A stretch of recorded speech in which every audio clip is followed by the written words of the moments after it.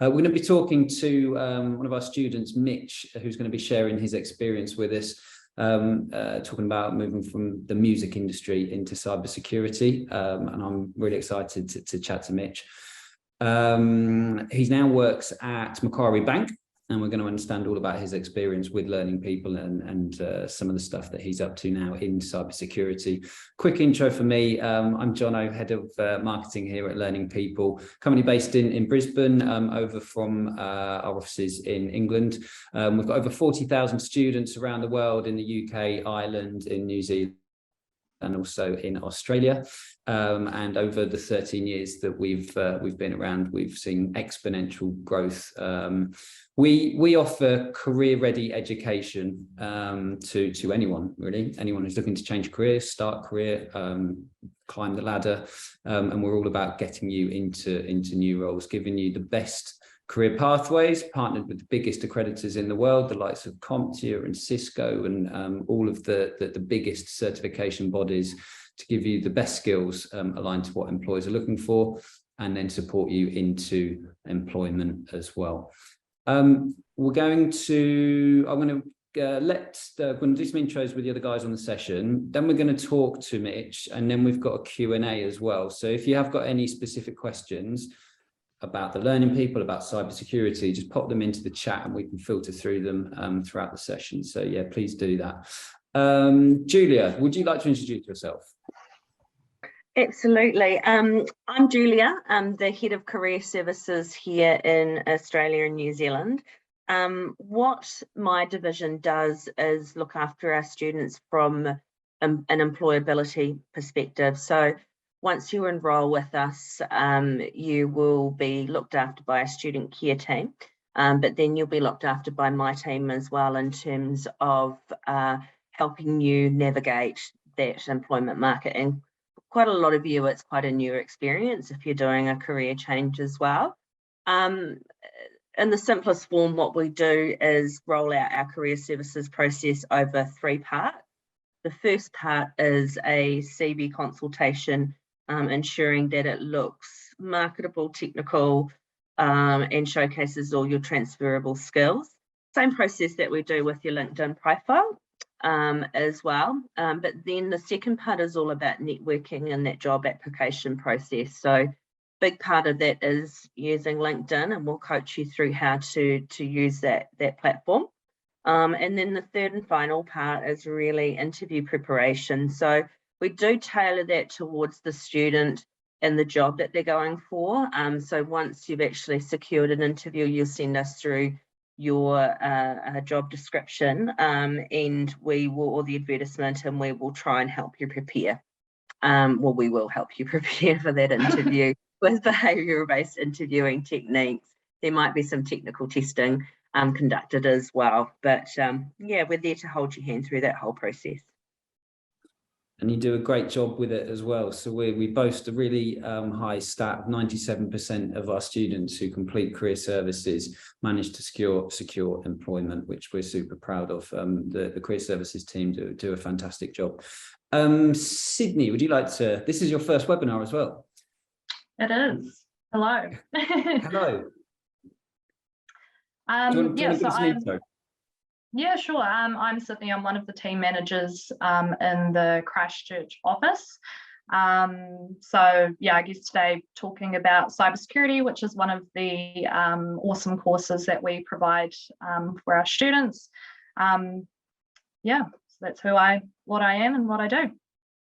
Great. So we're going to ask Sydney and Julia some questions later on, and also Mitch to join in and have a kind of an open forum. So do put some questions in the chat. Obviously, cybersecurity is just in the headlines every single day at the moment, all around the world. But there's been a particular focus in Australia, what with the recent attacks on Optus, Medibank, Woolworths, Smiledeal. There's loads, and it's every single day. There's more and more happening. Just been looking at some recent stats. And it's pretty frightening, really. So the ACSC, which is Australian Cybersecurity Centre, said that in their recent threat report, they've received 67,500 cyber crime reports in 2020 to 21, which is up 13% on the previous year. But that equates down to 1 report every 8 minutes of a cyber attack. Experts have said that there's a skills shortage. We know that for every 3 certified professionals, for every 1 certified professional, there's 3 jobs available. So there's a 0% unemployment rate. And currently cybercrime is costing businesses of any size an average crime, which can be pretty unsophisticated as well, about $25,000. So it's individuals, it's businesses, it's in the news every day. So we need cyber professionals. So Mitch, it's great to have you with us today. Thanks for taking the time out to join us. How you doing? Thanks, Jono. Thanks for having me today. My name's Mitchia, or you can just call me Mitch. Up until maybe 2 years ago, I was working in the music industry. I actually taught classical piano. I ran a music studio. I did a whole bunch of stuff. I guess COVID had a big impact on our industry and many others. It just kind of decimated the whole ecosystem. That's when I sort of started thinking about a potential career change, and that's when I approached the Learning People, and it's been an amazing journey so far. Which it's fascinating. So we support students from many different industries, and I actually studied a music production degree, so I've been super excited about talking to you, Mitch, and then why you decided to have a career change. So was it predominantly because it was the music industry is a difficult industry, or there wasn't many opportunities, and why cybersecurity? Was it something that you knew you wanted to get into, or was it advised to? Yeah, absolutely. I guess music has always been a difficult industry. COVID just signified that aspect. I ran a music studio with a whole bunch of friends from the Conservatorium, which is where I graduated from. Predominantly we ran events, had mixing, mastering sessions, recording sessions. That was our primary income. When the lockdowns happened, it just cut out that entire kind of stream of revenue. And that's when we started rethinking, shifting to an online model. But yeah, obviously there were many challenges with that. I guess the way cybersecurity came into all this was I ran a lot of operational aspects with the music studio. So setting up the website, very techie stuff. I actually found myself working more in the tech industry than the music industry half the time. So that was sort of the gateway into cybersecurity. The reason I was drawn specifically to security was actually from a networking aspect. Now, Jono, you could probably add on to this. There's so many similarities between an audio engineer and a network engineer. I remember doing the first course. I think I did the Network Plus with you guys first, and the instructor was, I think his name was Michael J. Shannon. And the very first video we saw, he introduced himself and he said, "I used to be a recording studio engineer." And as soon as I heard that, I was like, yes, that's something I can relate on. So yeah, and if you study networking, there's a lot of terms and parallels between the two industries, which kind of just fit everything into place. So you had an idea that you wanted to move into IT cybersecurity. So when you contacted the Learning People, did you say, I want to get into cybersecurity, and then look at the career pathways here? Yep. So I kind of had 2 pathways in my mind at the time when contacting the Learning People. I was either going to do a master's degree in cybersecurity or go down the kind of certificate path. And I did a lot of research. And came to the conclusion that certs are a bit more kind of tailored and specific, which is what this industry needs now, rather than a kind of blanket degree. There's a lot more demand in specific skill sets within cybersecurity, and that's something I kind of wanted to explore. So, I mean, that's interesting, isn't it? Because we do find that a lot of people, well, we talk about the comparison between university, and obviously all of our training is online, it's self-paced, you do it around your busy lifestyle. And university obviously has a place, but it doesn't really guarantee you a job unless you're training to be a doctor or a vet, or something like that. And were you aware of that, knowing that within a relatively short amount of time, once you've passed your certifications, the demand is huge and you're likely to get a role? Was that appealing for you? Absolutely. I think you mentioned the 97% stat before. That was very appealing when hearing that. And yeah, within 6 months, I landed a role, so I can definitely vouch for that. Which is fantastic, and we hear similar stories, but obviously you do have to put the effort in. Obviously you can't just enroll with us and be given a job.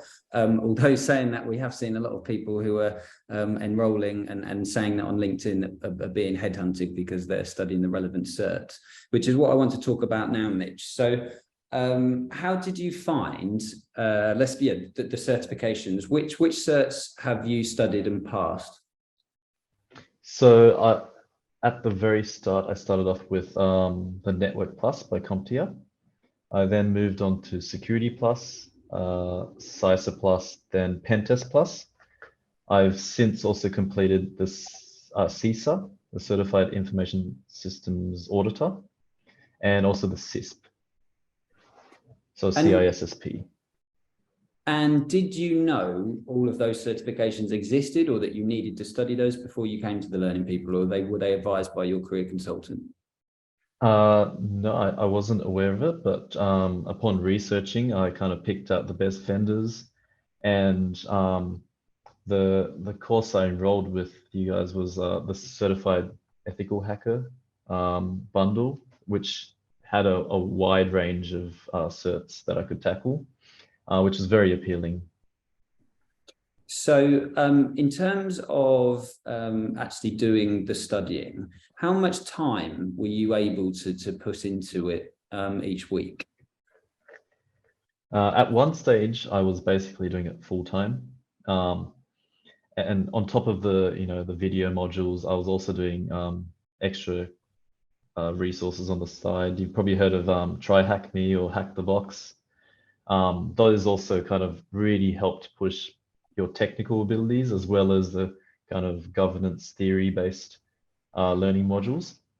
I thought that was a very important aspect to kind of learn from a few different resources in parallel. Yeah. But yeah, once I landed the job, I actually got a job as a IT auditor first at a company called Grant Thornton. And once I started working full-time there, I guess the rate of studies did slow down significantly, but the modules, I guess, are divided up in such a digestible way, where if you have a spare 30 minutes, you can easily just knock off a few videos and learn a small subtopic. So that was very helpful as well. Did you find it interesting? Absolutely. Yeah, it's a whole new world to me. And I guess I always get sparked by kind of magic.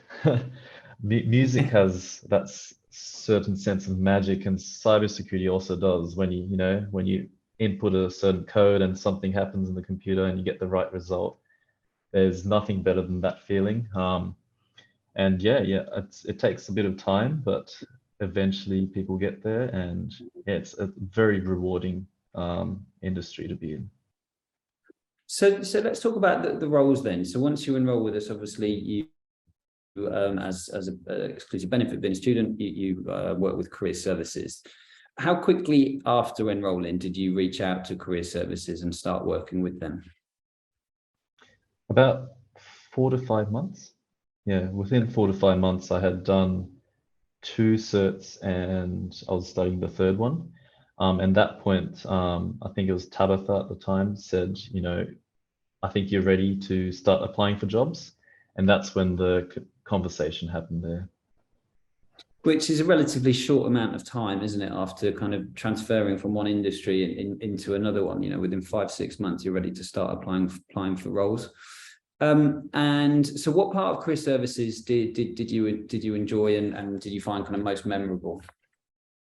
Yeah, so there was a process where the advisor walked through the entire process of getting your resume or CV prepared. That was very helpful. You know, it was more like a conversation where you receive feedback and you make your adjustments, send it back.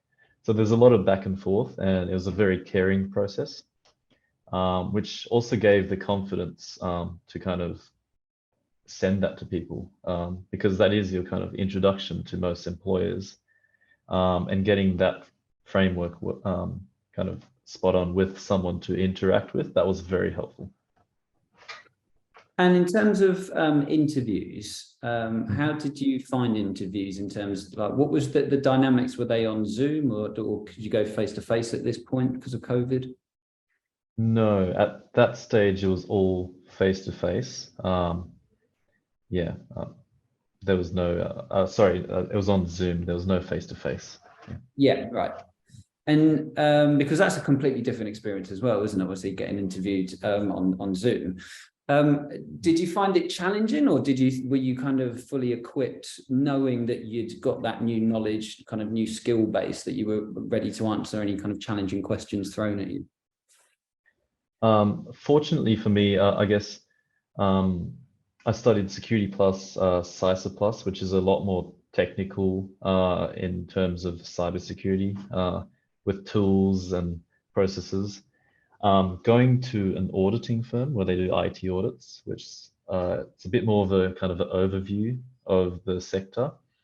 Having that kind of specific technical knowledge really helped in the interview process, because I found that I was dealing with a lot of kind of business-minded people rather than the technical cybersecurity professional. So I was able to find that niche and find a place within that space. And so when did you move into the role at Macquarie Bank?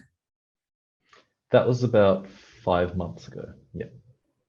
Can you give us kind of a brief overview of what that job entails? Absolutely. So I'm a cyber defense analyst, and basically I work very closely with the SOC team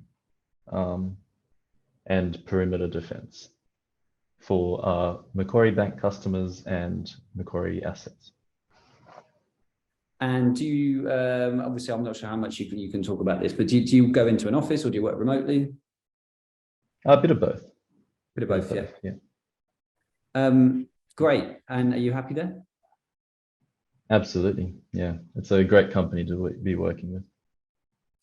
Brilliant. It's amazing to hear your story, and to achieve so much success in such a short amount of time. I know it's going to inspire people on this session, and obviously we record this session and put it onto YouTube, and it will inspire people. Let's ask some questions to our experts, Julia and Sydney, as well. So the first question from Luke is to Julia. What types of entry-level positions are there in cybersecurity, and what does the career ladder look like? Right. The entry-level positions are more than likely going to be, the job titles will be cybersecurity analyst or a SOC analyst. That's the more commonly used terminology in the market, but you will find there'll be varying degrees of that across the board with different organisations, job title there, but it is the entry-level side of it. From there, you can diversify. I normally recommend for people to work in the industry first before sort of trying to really map out that career ladder for yourself, because it's a bit of an unknown. But you can go into, risk and governance, auditing, like Mitchie was talking about, engineering, development, all within that cybersecurity space. Penetration testing is huge. So there's lots of different areas, and probably the words I'm using at the moment are quite foreign, but it makes more sense when you're working in the industry. All you need is that foot in the door, like Mitch here got, and then you can map out from there what specialty you want to move into. Can you just while we're talking to you, Julia, discuss some of the salaries for entry-level roles and as you climb up the ladder? The salaries for entry-level roles? Yeah. It's going to depend on state. So where Mitch here is, you're probably looking around about that 90k mark. Probably about the same in Victoria as well. maybe a little bit less up in Brisbane, but sort of around that sort of mark, what you'd be looking at. As an entry level role to walk into, Yeah. One of our students got offered 115, but that was the highest I've seen, and possibly a little bit unusual. But she was being sought after and had multiple offers, so the money was just being thrown at her. But that's the highest that I've seen it for entry level. But then it will just escalate quickly. A couple of years down the track, you might be looking, 1,000 a day, which I think it's what's that, over 200,000 a year kind of thing. So yeah. Wow. But you've got to keep your skills fresh. You've got to keep those certifications high, all that kind of thing throughout the journey. Sure. Okay. So it's a lucrative industry, and from what Mitch has said, it's exciting as well. And I assume you're on your toes all the time. Sydney, this is from Valerie. What transferable skills are useful for a career in cybersecurity? Yeah, look, that's a really good question. Kind of when looking at cybersecurity, you need three main things. You need to specialize in a specific area, and you need to have technical skills. Those are teachable, I guess, in a sense, and what we help with. But the third thing that you need is transferable skills, which is much harder to teach. This is why it's very valuable to an employer, but I also find with transferable skills, they can definitely be undervalued a lot from people looking at doing a career change. So kind of regardless of your current or past occupation, there are a lot of key skills for career progression that people do undervalue. So, communication, collaboration, adaptability, problem solving, leadership, they're just kind of a few to name. I think a lot of people have the typical mindset of when you are working in IT, you're kind of just in a dark room on a computer, looking at ones and zeros is a typical movie sense, but kind of whether you're communicating technical systems in simpler terms to stakeholders, whether you're educating staff or consumers on how to be better prepared, or when you need attention to detail and adaptability when you've got a threat to the system. They are very valuable, and I think a lot of people have a lot to offer that they may not realise. So yeah, a lot of transferable skills is relative to cyber. Mitch, obviously you talked about audio engineering in terms of transferable skills into networking and cybersecurity. What was your actual career consultant like when you made the phone call to Learning People? You had an idea you wanted to go into cybersecurity. What actually happened in that consultation? That's the very first consultation. That's the very first call. Yeah, you're assigned to a career consultant, and then you talk about your aspirations. That you might want to start a career in cybersecurity and be advised onto the right pathway. Absolutely. I remember, I was sitting on the fence on the phone call, and he straight up told me, "What is your gut saying?" And I followed my gut. Simple as that. I've done the research. I equipped myself with a multitude of, I guess, pathways that I was looking at the time. But yeah, cybersecurity kind of spoke to me the most there.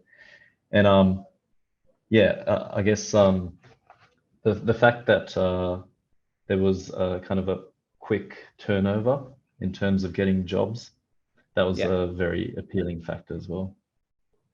And throughout, whilst you're studying with this, did you felt like you were well supported from student care as well? Absolutely, yeah. Student care was spot on at the Learning People. Did you have to reach out to them much in terms of, were there any challenging situations where you needed support? No, but when it came down to, I guess, the job interview resume prepping section, that was something I wasn't kind of really experienced in. I guess coming from music, you barely write your resume in that industry. It's more like right. people networking skills, which was something that I'm really glad that I went through, because that's a transferable skill from that sector. But yeah, the kind of formal resume writing aspect really helped. It's interesting because as a musician, your music is your CV and your resume, isn't it? Exactly. So yeah. Yeah, there's a question from Sorry, Mitch. there was a saying, so your Spotify is your resume. That was Yeah. kind of a saying that was. It's absolutely right. So there's a couple more questions that I want to come back to you, Mitch. There's on the chat, Matthew's asked, at what point during training, this is probably best for Julia, at what point during training would you advise that we contact the career services team? Now for Mitch, we reached out to you kind of 5 months in, saying that you're ready to start looking at interviews. What would you say, Julia? Because obviously everybody's different. Yeah, look, what we do is, and Mitch here would have had this as well, is that when he enrolls, for example, Tabitha was his career consultant, she would have called him for a couple of minutes and basically said, do you want to start working with us now or wait? Rule of thumb for me that I tell the team is Security Plus is quite a good certification to gain before, and once you've gained that, to start looking, and that's kind of around that 3, 4, 5 month mark, which is exactly what Mitch here has done. It's a bit of a golden ticket. It does showcase some technical skills. However, if you want to start looking for work now, immediately with us, we will tailor that to suit you. So there's no automated rule of first 1 month, 3 months, 6 months, and then we're cut. We will tailor it to suit you, because some people have families, they're working full time. It's a lot to take on to re-enter studying, working, family, and then looking for work. So it really does depend on how comfortable and ready you are to do that. But in terms of skill ready for the market, Security Plus is a kind of a good marker, which is about the 3rd or 4th certification, and with most collections that we've got. Question from Darius, who says, Matthew says, thank you, Julia, you're welcome. Darius, who says, my background has been in mortgage broking for a couple of years. As a 40-year-old, just about to complete a cybersecurity certification, what does my prospects look like short-term living in regional Queensland? So there's a couple of questions there in terms of is age a barrier, and is cybersecurity, what are the opportunities in Queensland? Anyone want to take that one? Sorry, I'll talk if you want to. In terms of your background and experience, it kind of doesn't matter, because the training is what gives you that skill set and that knowledge. So majority of our students, and I know it sounds cliche, 95% of our students are career changers, which they are at Learning People ANZ. So everyone is in the same position as you are, making a career change. The age barrier, 40 is not an age barrier. I'm 43. I think you'll be fine.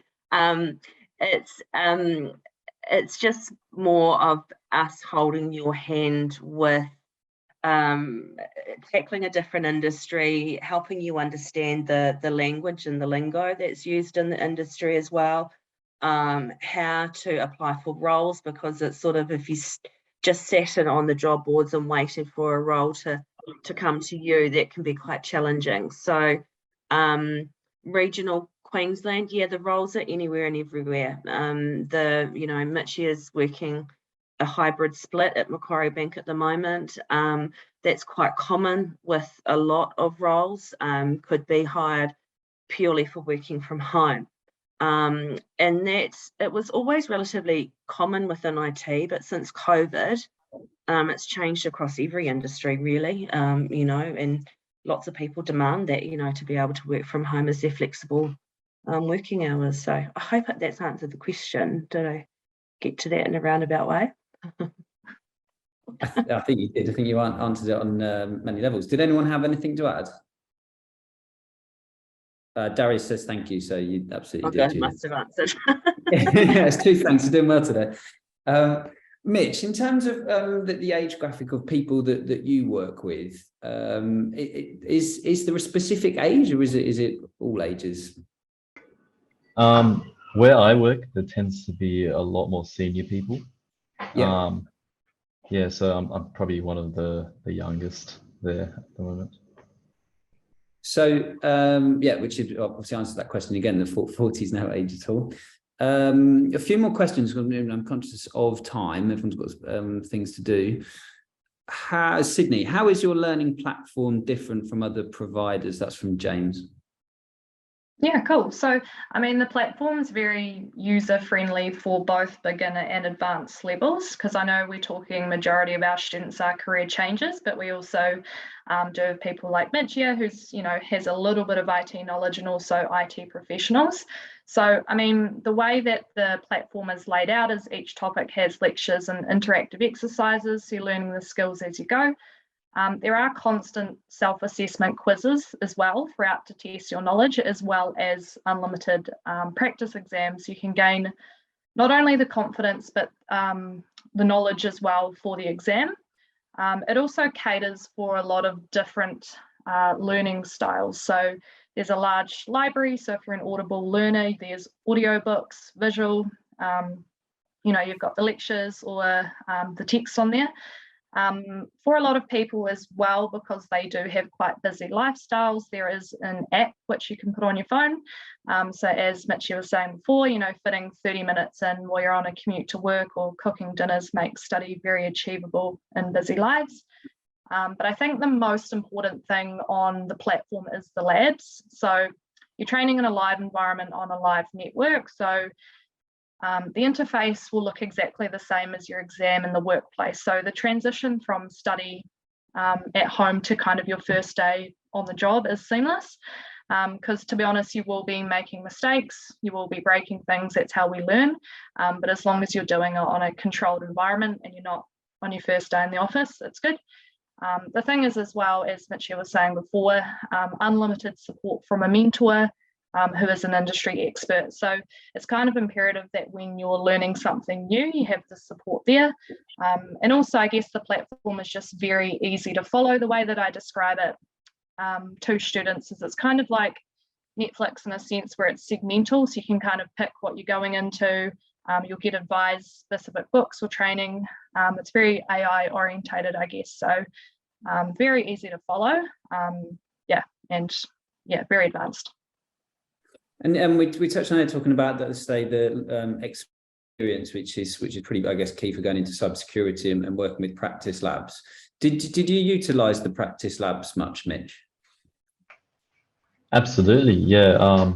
I think the Network Plus practice labs were the best in my experience. They were very, very detailed and explore a wide range of environments as well. So you'd be working on Windows machines, you'd be working on Linux boxes. Yeah, very versatile. Did you manage to break machines and then fix them again? Was it? No, but I did have to restart the machine multiple times. Okay, well, that's it. And obviously having real world experience hacking into these machines is what employers want to see, and that gives you the option to do that, rather than which could potentially cost businesses thousands if you're breaking them.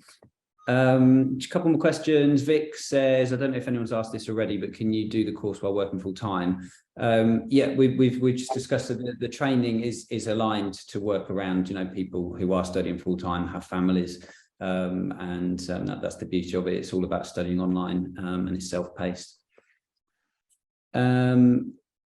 Leah says, it was mentioned that Security Plus was the third or fourth certification in the packages available.